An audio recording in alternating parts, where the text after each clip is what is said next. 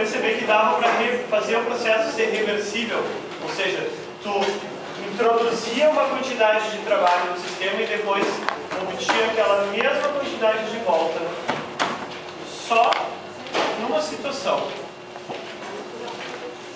O que era necessário para tu poder introduzir o trabalho no sistema e depois fazer com que o sistema devolvesse 100% daquele trabalho que tu introduziu? Tinha que fazer tudo condição de equilíbrio ou de quase equilíbrio, né? Por que eu chamo de quase equilíbrio? Se fosse um verdadeiro equilíbrio, não podia nem se mover, né? Se a pressão dentro do sistema e fora do sistema é exatamente a mesma, nem tem movimento. Tem que ser, então, tá, mínimo de desequilíbrio. Daí, infinitesimal desequilíbrio, ou quase desequilíbrio. E o que seria um processo reversível, então, em geral, sempre que tu tem condição de equilíbrio ou quase equilíbrio? Mecanicamente, como é que se compara a pressão dentro e fora? Iguais ou quase iguais. Termicamente, como é que se compara dentro e fora do sistema? Temperaturas iguais ou quase iguais, certo? Então poderiam fazer dois exemplos. Um exemplo, quem poderia citar um exemplo que tenha um fundamento mecânico que seja reversível? Uma transformação no nosso sistema mecanicamente aqui, olhando, que seja reversível, e depois um exemplo que seja termicamente, né, olhando pelo lado térmico.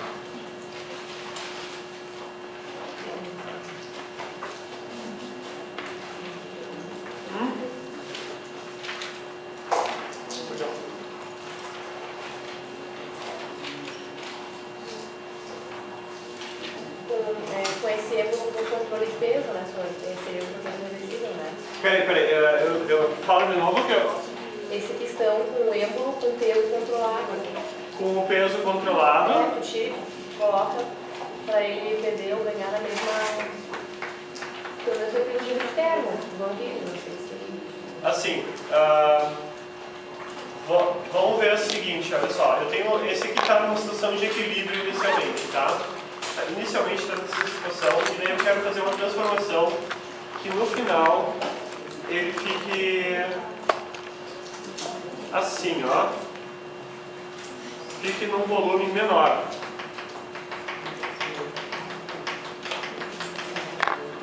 O que eu preciso fazer com esse sistema aqui para que ele vá para esse estado final aqui na mesma temperatura? Eu tenho que aumentar a pressão? Tenho que aumentar a pressão. Eu vou manter esse bloquinho aqui e adicionar algo mais, certo? Vou manter o bloquinho. E como é que eu adiciono algo mais de um jeito reversível? Se eu simplesmente jogar um segundo bloquinho, eu não vou estar fazendo o processo fora do equilíbrio. Eu boto um tijolinho de chumbo e outro tijolinho de chumbo. Aí, quando eu botei o segundo tijolinho, a pressão fora e dentro ficou desequilibrada. Então eu não posso botar um tijolinho, eu tenho que fazer alguma coisa que aplique a pressão lentamente, aumente aos poucos. Então eu poderia imaginar assim, eu posso colocar um pezinho bem pequenininho, depois mais um pezinho bem pequenininho e assim por diante. Até que aqui eu tenho uma porção desses pezinhos bem pequenininhos que eu coloquei um por um e deixei o sistema equilibrado. Certo? Compreendem aqui? Então eu preciso colocar um por um. Por que eu tenho que colocar um por um? É aquele nosso velho diagrama ali.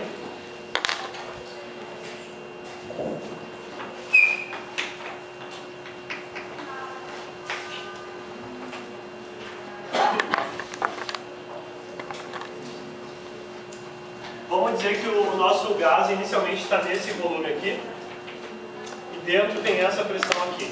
Qual é a pressão externa no volume em cima daquele gás no momento inicial? Bom, esse mesmo valor aqui porque elas estão equilibradas, certo? Se eu simplesmente jogo um tijolão de chumbo em cima, o que acontece com a pressão externa? Passa a ser um valor grande. E aí nós estamos numa situação de equilíbrio? Não.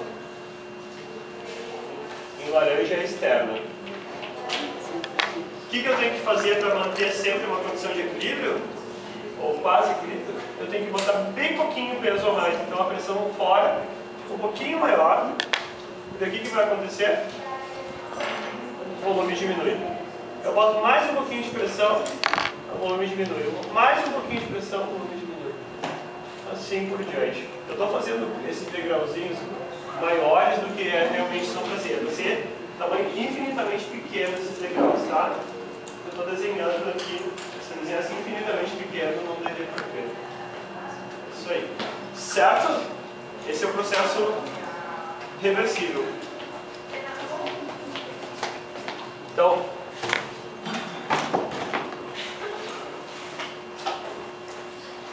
você adiciona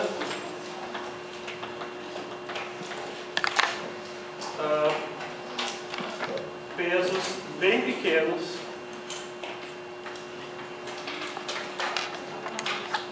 pouco a pouco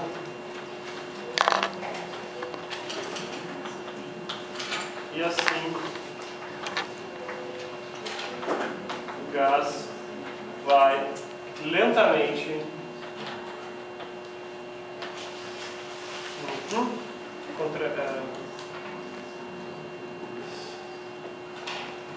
se comprimindo.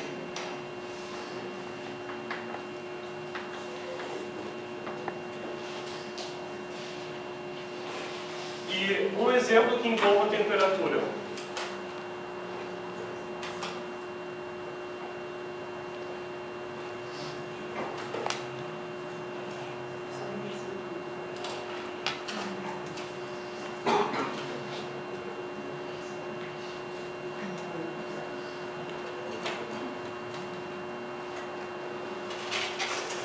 Esse aqui é um líquido, por exemplo, poderia ser óleo num frasco, e ele está a 20 graus Celsius.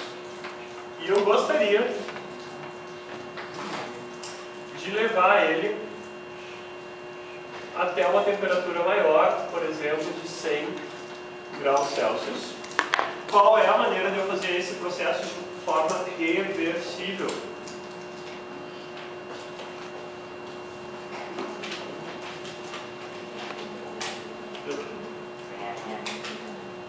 Se eu botar ele em água fervendo, se eu botar esse cara aqui na água fervente, ele vai ser um processo reversível? Se eu botar isso aqui, ó, essa água está a 100 graus Celsius, o banho-maria a 100 graus Celsius, e aqui eu coloco de repente esse frasco com o óleo a 20 graus Celsius. Será que nós temos um equilíbrio ou um desequilíbrio aqui? Desequilíbrio de temperaturas. As duas temperaturas são muito diferentes, elas estão desequilibradas, e aí vai fluir calor, mas vai fluir de maneira irreversível. Certo? Esse aqui seria um processo irreversível.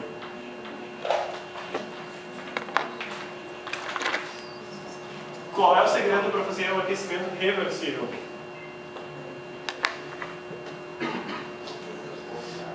Ou eu pego um banho que começa, o banho de água começa a 20, eu aqueço bem aos poucos, eu vou regulando 20, 21, 22, assim, bem devagarinho eu vou subindo.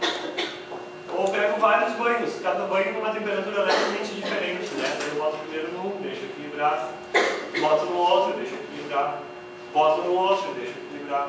Eu tenho vários banhos. 20, 21, 22, até 100 graus Celsius.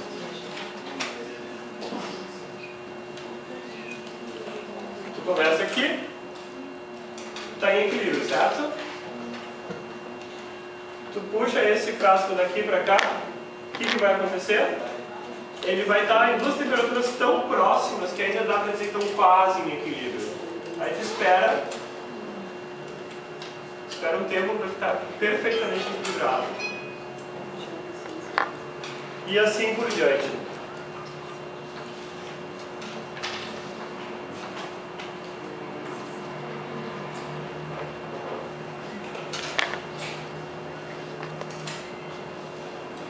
Tá? Então esse é o conceito de processo reversível. Então é bem importante, pessoal, que vocês tomem nota que processo reversível é a mesma coisa que um processo em quase equilíbrio. O processo, essa palavra é um pouco enganosa. Porque a gente pensa assim, qualquer reação química que dê para fazer numa direção e dê para fazer no outro é reversível. Não, na termodinâmica não é disso que estamos falando quando usa a palavra reversível. Reversível é tudo que faz num quase equilíbrio. Certo? O que é reversível? Quase equilíbrio. Isso aí. E eles são importantes, os processos são importantes porque a gente pode calcular facilmente as coisas quando o processo é reversível. Tá? Processos reversíveis.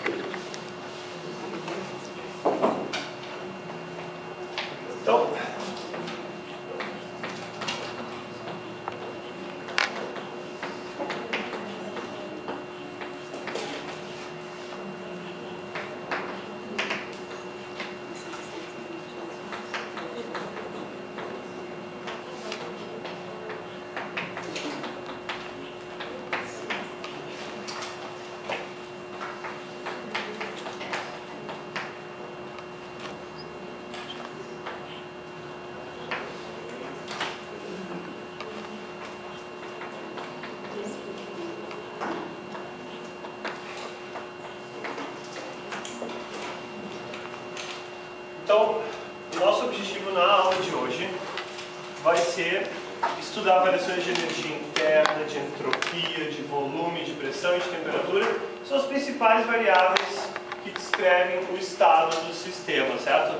São as principais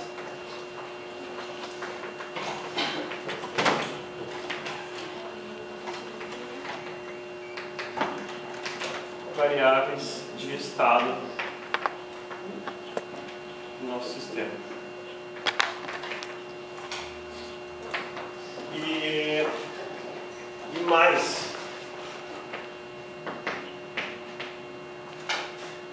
determinar calor e trabalho nos processos reversíveis.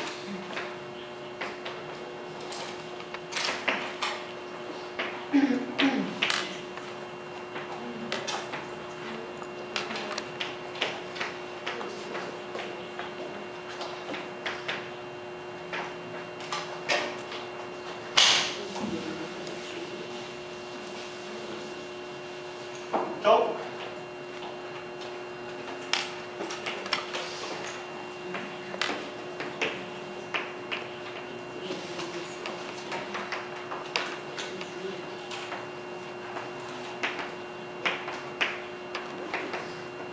o que eu estou chamando de sistemas simples?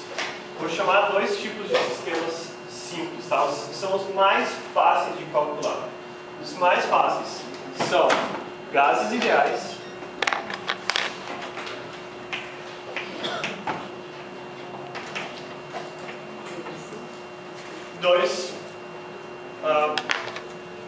sólidos ou líquidos incompressíveis.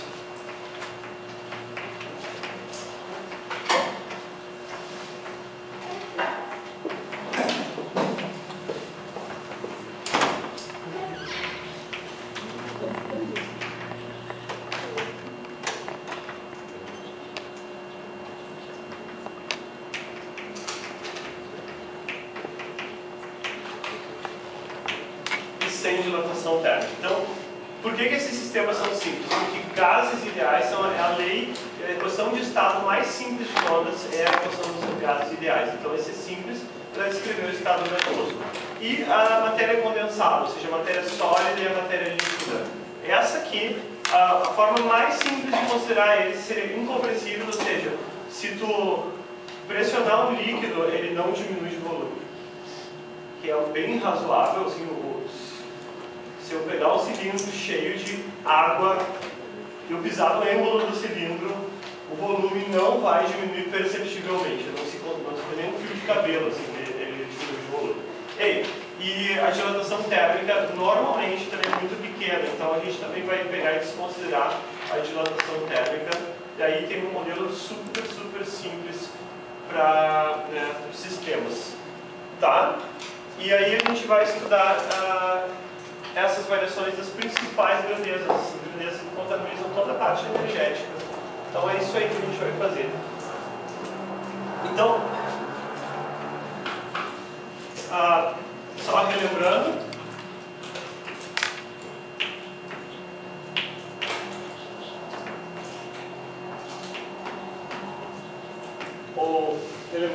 e formalizando.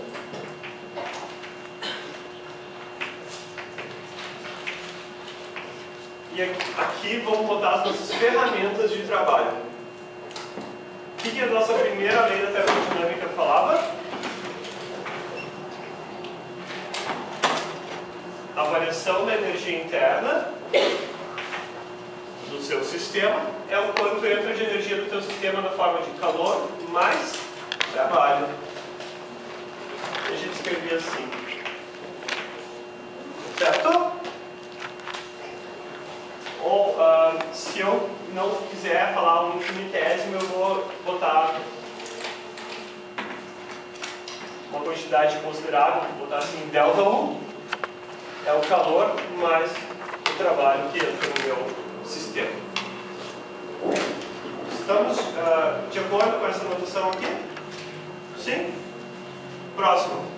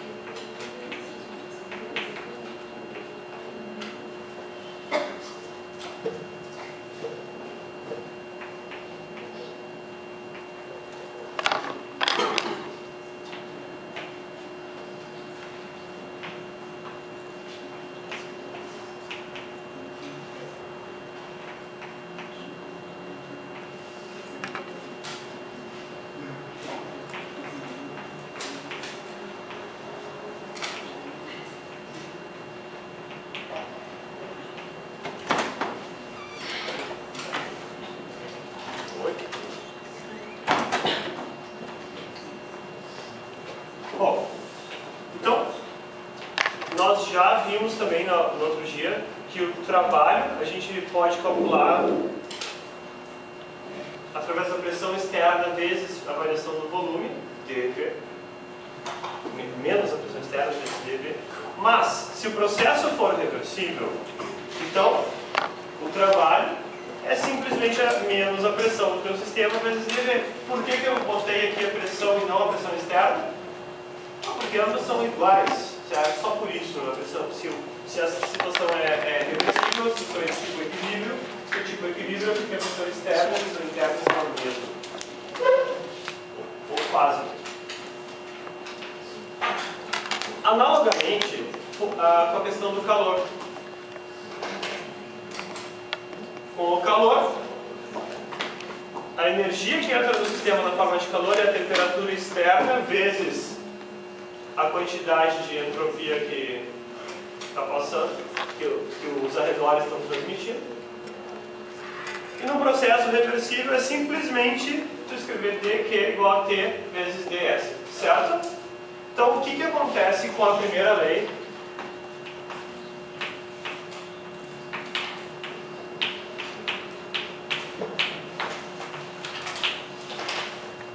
se usarmos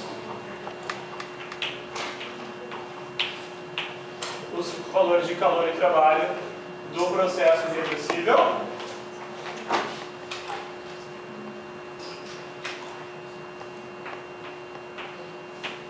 o que acontece? Substitui o trabalho reversível ali, substitui o calor reversível ali, o que tu ganha?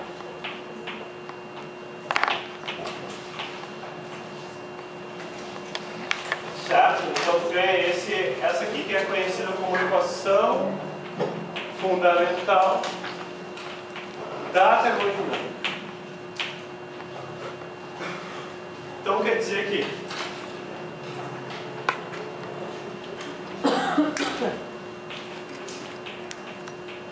variação da energia interna do sistema é dada pela soma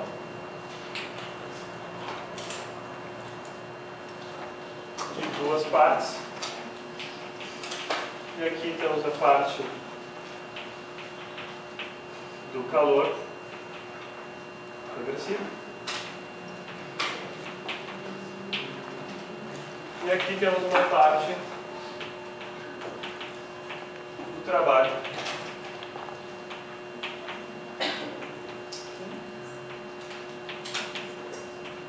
reversível. Certo?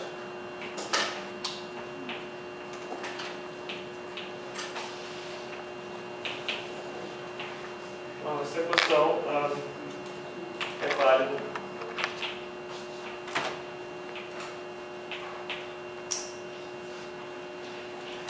mesmo em processos não reversíveis.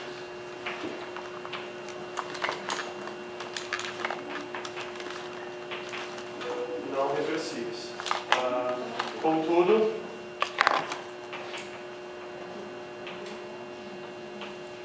nesse caso, os dois termos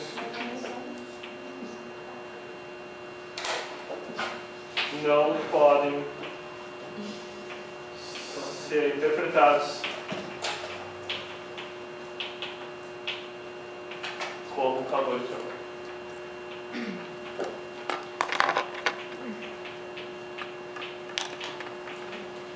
Tá? Então, é o seguinte, olha só. Vou explicar, só escrever a frase e já vai vir uma explicação.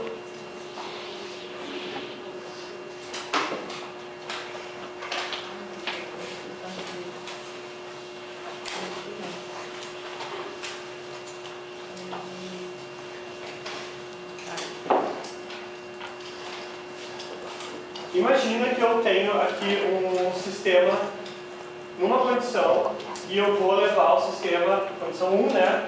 E eu vou levar ele até uma condição 2. Certo? Aqui é a condição 2. E,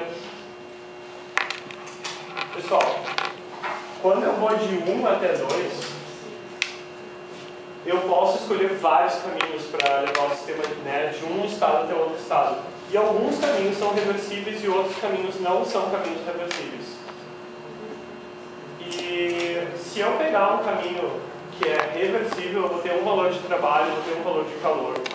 Se eu pegar alguns caminhos diferentes, eu vou ter outros valores, certo?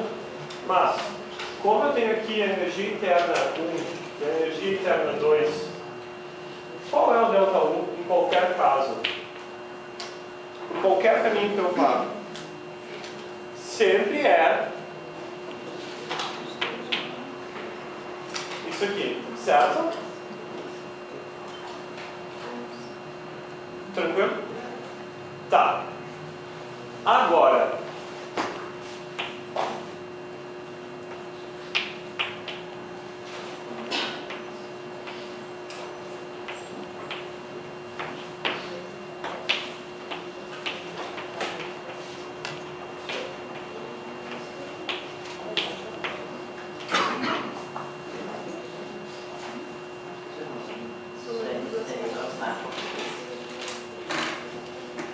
potência daí é no tempo, né? Se tu dividir pelo tempo, está relacionado com potência.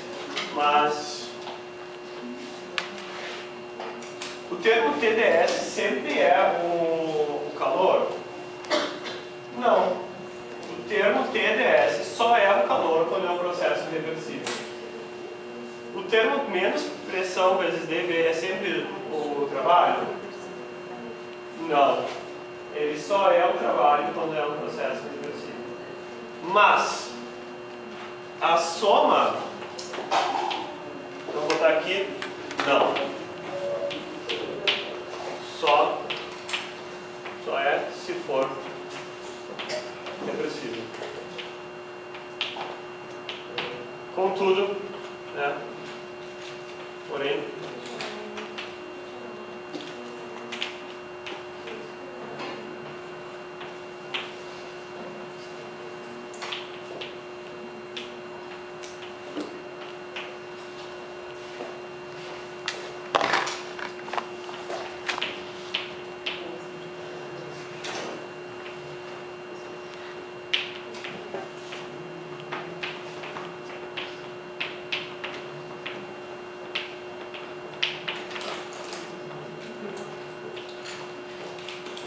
então, imagina, sempre o calor mais o trabalho é a variação da energia interna. Se eu fiz aqui um calor e um trabalho para o meu sistema, então vai ser a variação da energia interna do meu sistema, somando as duas partes. E se eu fizesse de um jeito reversível, ou calor reversível e um trabalho reversível, também a variação da energia interna do meu sistema. Então, esse termo aqui de o caminho qualquer é igual a esse termo aqui que eu faço no caminho reversível. Então eu poderia desenhar aqui dois caminhos, um caminho que é reversível e esse aqui um caminho que não é reversível. Certo? Para eu ir daqui até aqui pelo caminho reversível, eu posso me valer dessas fórmulas aqui, dessas expressões. Se eu fizer pelo caminho que não é reversível, eu não posso calcular o calor e o trabalho por aqui. Mas a soma desses aqui, ainda assim, é a variação da energia interna. Certo? Eu sei, é abstrato, é complicado. O que eu poderia dizer assim? Olha só. Isso é o que nos livros de fisicoquímica a gente sempre fala que o calor e o trabalho não são funções de estado, são funções de caminho. E, olha só,